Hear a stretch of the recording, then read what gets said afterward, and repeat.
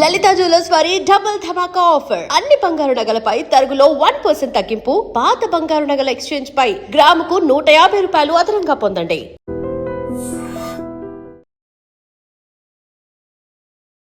నమస్కారం, welcome to I dream. ధర్మ మార్గం విత్ విజిత కార్యక్రమానికి స్వాగతం.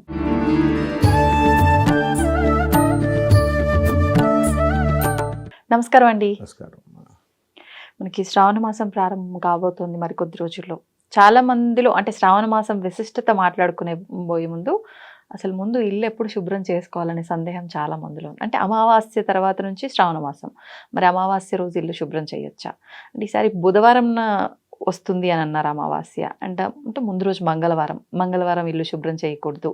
దీని గురించి ఒక చిన్న వివరణ. మంచి విషయం. Seasonal question. వచ్చే శ్రావణ మాసం చాలా శుభప్రదమైనది. మరి ఆ శ్రావణ మాసం పూజలు చేసుకోవాలి అంటే ఇల్లు శుభ్రం చేసుకోవాలి. అవును. దానికి అమావాస్య నాడు శుభ్రం చేయకపోవటం మనకి చాలా సాంప్రదాయంగా ఆచారంగా వస్తూ ఉన్నది. అయితే దానికి శాస్త్రరీత్యా కనుక ఆలోచించినట్లయితే కొన్ని సందర్భాల్లో ఇప్పుడు దసరా నవరాత్రాలు వస్తాయి. అప్పుడు కూడా పాడ్యం నాడు వస్తుంది. మరి అమావాస్య నాడు చేయొచ్చా అంటే దానివల్ల దోషం ఏమీ లేదు. నిష్కారణంగా చేయకూడదు. ఆ రోజు మంగళవారం నాడు ఇటువంటి రోజుల్లో నిష్కారణంగా చేయకూడదు. ఒక్కొక్కసారి కొన్ని పండగలు ఉంటాయి, అవి మంగళవారం నాడే వస్తాయి, బుధవారం వస్తాయి, అప్పుడు మంగళవారం నాడు కూడా ఇవి చేసుకోవచ్చు. దీపావళి పండగ ఉంది, అది మంగళవారం వస్తుంది, మంగళవారం చేసుకోవచ్చు, అమావాస్య రోజు వస్తుంది. అట్లా మాస సంబంధమైన తిథివార నక్షత్ర సంబంధమైన పండగలు వచ్చేటప్పుడు ఆ రోజుల్లో అమావాస్య నాడు శుద్ధి చేసుకోవడంలో దోషమేమీ లేదు. నిరభ్యంతరంగా ఆ రోజు చేసుకోవచ్చును. ఇప్పుడు కొంతమంది ఆ రోజు శుభ్రం చేసిన అంటే మంగళ శుక్రవారాలు చేసిన అమావాస్య రోజు చేసిన శుభ్రం చేసినవి ఏవి బయట పడేయొద్దు అని అంటూ ఉంటారు. ఇది కూడా ఏమైనా సెంటిమెంట్ లా తీసుకోవాలా? ఇది శాస్త్రపరంగా ఏం లేదు, కానీ వాళ్ళకి ఒక సెంటిమెంట్ గానే భావిస్తున్నారు. ఎప్పుడు ఏ రోజైతే శుద్ధి చేశామో ఆ వస్తువులన్నీ మనం తీసి బయటికి పంపించేసేయాలి. అంటే ఆ శుద్ధి చేసిన వస్తువులన్నీ ఏమిటి? నిర్మాల్యం, మలం, అంటే పనికిరాని వస్తువు మనం ఇంట్లో పెట్టుకోం కదా. కాబట్టి ఏ పూటకు ఆ పూట, ఏ రోజుకు ఆ రోజు ఆ వస్తువులన్నీ శుభ్రం చేసినవన్నీ బయటికి పంపించవలసిందే. అది అక్కడ ఉంది అంటే మళ్ళీ ఆ ప్రదేశం అంతా కూడా అమంగళంగానే ఉన్నట్టు. కాబట్టి దానికి ఏం దోషం లేదు. మంగళవారం నాడు అమావాస్య నాడు శుభ్రం చేసుకొని ఆ మిగిలిన నిర్మాల్యం అంతా కూడా బయటికి పంపించేసి వేయవచ్చు. దాంట్లో ఏ రకమైన దోషము లేదు. మరి ఇప్పుడు శ్రావణ మాసంలో ఎలాంటి ఆరాధనలు చేయాలి? ముఖ్యంగా లక్ష్మీ అమ్మవారి ఆరాధన ఎక్కువగా చేస్తూ ఉంటాము, ఏం చెయ్యొచ్చు అంటారు? శ్రావణ మాసం మాసాలన్నింటిలో కూడా విశేషమైనది.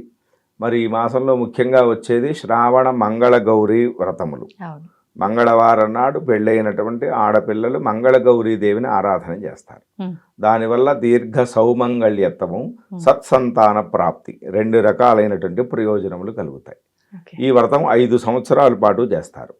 ప్రతి మంగళవారం నాడు కూడా మొదటి మంగళవారం నాడు మొదలుపెట్టి ఆ మాసంలో వచ్చేటువంటి 4 వస్తాయో 5 వస్తాయో ఎన్ని వస్తే 5 మంగళవారాలు అమ్మవారికి పూజ చేయటం. ఇది వంతన ఉండాలా అండి? ఎవరైనా చేయొచ్చు? ఎవరైనా అందరూ చేసుకోవాల్సిందే. పెళ్ళైనటువంటి ప్రతి స్త్రీ మంగళగౌరీ దేవిని ఆరాధన చేయవలసిందే. అయితే ప్రతి మంగళవారం నాడు అమ్మవారికి విశేషంగా పూజ చేయటం, తాంబూలాలు వాయనాలు ఇచ్చుకోవటం. కానీ ఇది మాసం మొత్తం కూడా శ్రావణ మాసం మొత్తం మంగళ గౌరీదేవిని పెళ్ళైనటువంటి స్త్రీలు 5 సంవత్సరాల పాటు ఆరాధన చేయాలి.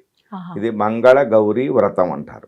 అంటే గౌరీదేవిని మంగళప్రదంగా ఆరాధన చేస్తూ ఉన్నాము. అందున మంగళవారం నాడు, మంగళవారం ఎవరు అధిపతి అంటే కుజుడు. కుజుడు యొక్క ఫలితం ఏమిటంటే సంతానాన్ని ఇవ్వటం, అప్పుల్ని తీర్చేసేయటం, రుణ బాధలు లేకుండా చేయటం.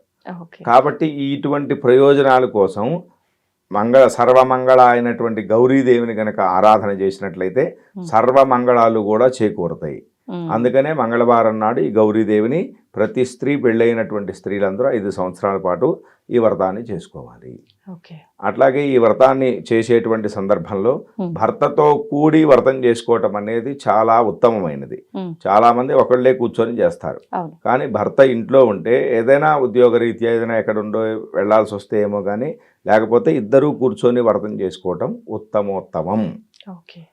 చాలా మంది వాడిది ఆడవాళ్ళ పూజలే మాకు సంబంధం లేదంటారు. కానీ ఏ వ్రతం చేసినా ఆడవాళ్ళు భర్తతో కూర్చొని వ్రతం చేయాలి. వరలక్ష్మి వ్రతంతో సహా ఇప్పుడు అంటే పెళ్లి కాని అమ్మాయిలు కూడా వరలక్ష్మి వ్రతం చేస్తారు, చేసుకోవచ్చు. సపరేట్ గా ఉన్న వాళ్ళు కూడా చేస్తారు, మరి అప్పుడు ఈ వరలక్ష్మి వ్రతాన్ని అందరూ చేసుకోవచ్చు. ఉమ్, పెళ్ళైన తర్వాత భర్తతో సహా చేయాలి. అది మస్ట్. పెళ్లి కాకముందు తల్లితో కూర్చొని చేయాలి. Okay okay. తల్లి ఆ పిల్లకి నేర్పించాలి. ఉమ్, అమ్మ, ఈ వరలక్ష్మి వ్రతం అంటే ఇట్లా ఉంటుంది, ఈ అమ్మవారిని ఆరాధన చేయాలి, ఈ పూజ చేయాలి. ఉమ్, పైగా వరలక్ష్మి వ్రతంలో ఇంకో విశేషం ఏమిటి అంటే 9 రకాలైనటువంటి పిండి వంటలు అవన్నీ కూడా పెడతారు. పెడతారు. ఈ అమ్మాయికి, ఈ కుమార్తెకి నేర్పాలి. ఉమ్. ఈ 9 రకాల పిండి వంటలు చేయాలంటే మరి ఎంత కష్టం. ఇప్పుడు మరి అవన్నీ కూడా ఈ అమ్మాయికి నేర్పించాలి. 9 పోగులతో కంకణం కూడా కట్టుకుంటారు. అది పూజలో తల్లితో పాటు పిల్లలు కూడా కట్టుకోవచ్చా అండి? పిల్లలు కూడా కట్టుకోవాలి. 9 పూర్ణ సంఖ్య అన్నమాట. ఉమ్, ఉమ్. ఆ 9 తర్వాత మళ్ళీ ఏమొస్తుంది? 10. 10 అంటే 1 నుంచి ఒకటి. ప్రారంభమైంది. అంతే. ఆ. కాబట్టి 9 అనేది పూర్ణ సంఖ్య. ఉమ్, ఉమ్. అంటే ఎప్పుడు కూడా వీళ్ళు అన్నిటితోని పూరించబడి ఉండాలి, ఫుల్గా ఉండాలి. ఉమ్, సంతానం విషయం ఆలోచిస్తే వీళ్ళకి మంచి సంతానం కలగాలి, ఉమ్, ఆనందంగా ఉండాలి. డబ్బు విషయం ఆలోచించాం, డబ్బు పరంగా వీళ్ళు సమృద్ధిగా ఉండాలి, ఆనందంగా ఉండాలి, ఉమ్. సంపూర్ణంగా ఉండాలి. ఉండాలి. అట్లాగే ఇళ్ళు లేకపోతే ఇంకేవో గృహ ఉపకరణాలు ఉంటాయి కదా, అవన్నీ సమృద్ధిగా ఉండాలి. ఉమ్, పశుపు సంపదలు సమృద్ధిగా ఉండాలి, పాడి పంటలు సమృద్ధిగా ఉండాలి. ఉమ్. అన్నీ సంపూర్ణంగా ఉండాలని ఈ 9తో చేసినట్టు 9కు ఉన్నటువంటి సంఖ్య ఓకే. ప్రాధాన్యత.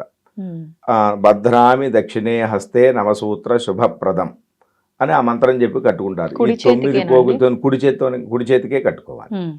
దక్షిణ హస్తే అని ప్రత్యేకంగా మంత్రంలో చెప్పారు Mention కాబట్టి దక్షిణ హస్తానికి కట్టుకోవాలి. అది ఒక రక్ష అన్నమాట ఆడవాళ్ళకి. ఓకే. కాబట్టి ఆ రక్షా బంధనం ఎట్లా అయితే మన ప్రతి పూజలో కంకణం కట్టుకుంటాం, ఆ కంకణమే ఇక్కడ తోరం, తెలుగులో తోరం, దీంట్లో కంకణం, రక్షాబంధనం. అట్లా కట్టుకోవడం చేత ఆ 9 సంఖ్య చేత ఉమ్, సంపూర్ణం, అన్నీ సంపూర్ణంగా వీళ్ళకి సిద్ధించాలి అని. కాబట్టి ఆ పిల్లకు కూడా ఈ రక్షాబంధనం కట్టాలి. ఉమ్, కట్టి ఆ అమ్మాయితో కూడా ఈ వ్రతాన్ని చేయించాలి, ఉమ్. పూజ చేయించాలి. ఎందుకు అంటే వాళ్ళకి భవిష్యత్తులో కూడా గుర్తు అనమాట. ప్రతి సంవత్సరం ఈ పూజ చేసుకోవాలి, మనం ఇట్లా చేసుకోవాలి. ఉమ్. అక్కడికి పెళ్ళి అత్తగారింటికి వెళ్ళిన తర్వాత 9 వంటలు చేయాలంటే అసలు ఒక వంటే రాకపోతే 9 ఏం చేస్తారు? కాబట్టి తల్లి చేస్తూ ఉంటే పిల్లలు కూడా దాన్ని అనుసరిస్తూ ఉంటారు. Okay.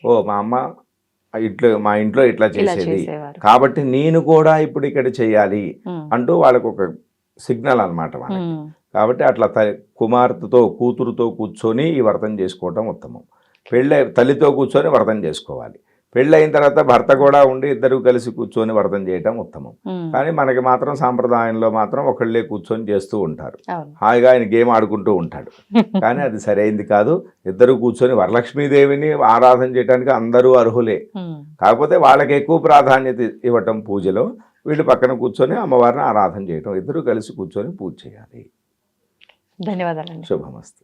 And for more videos, Please subscribe to iDream. Please subscribe to iDream. Please subscribe iDream. And please subscribe to iDream. For more videos, subscribe to iDream. please like, share, and subscribe to the channel. Congratulations, iDream. Subscribe to iDream. Subscribe to iDream. So subscribe to iDream Media. iDream की iDream team अंदर की huge congratulations. Please subscribe iDream Media. Please subscribe to iDream. Subscribe iDream. Please subscribe to iDream.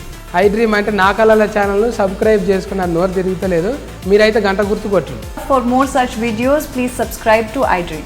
Subscribe to iDream. Please subscribe to iDream. Please subscribe iDream Media. Please do subscribe to iDream. Please subscribe to iDream Media. For best entertainment and information, please subscribe iDream. And don't forget to subscribe to iDream.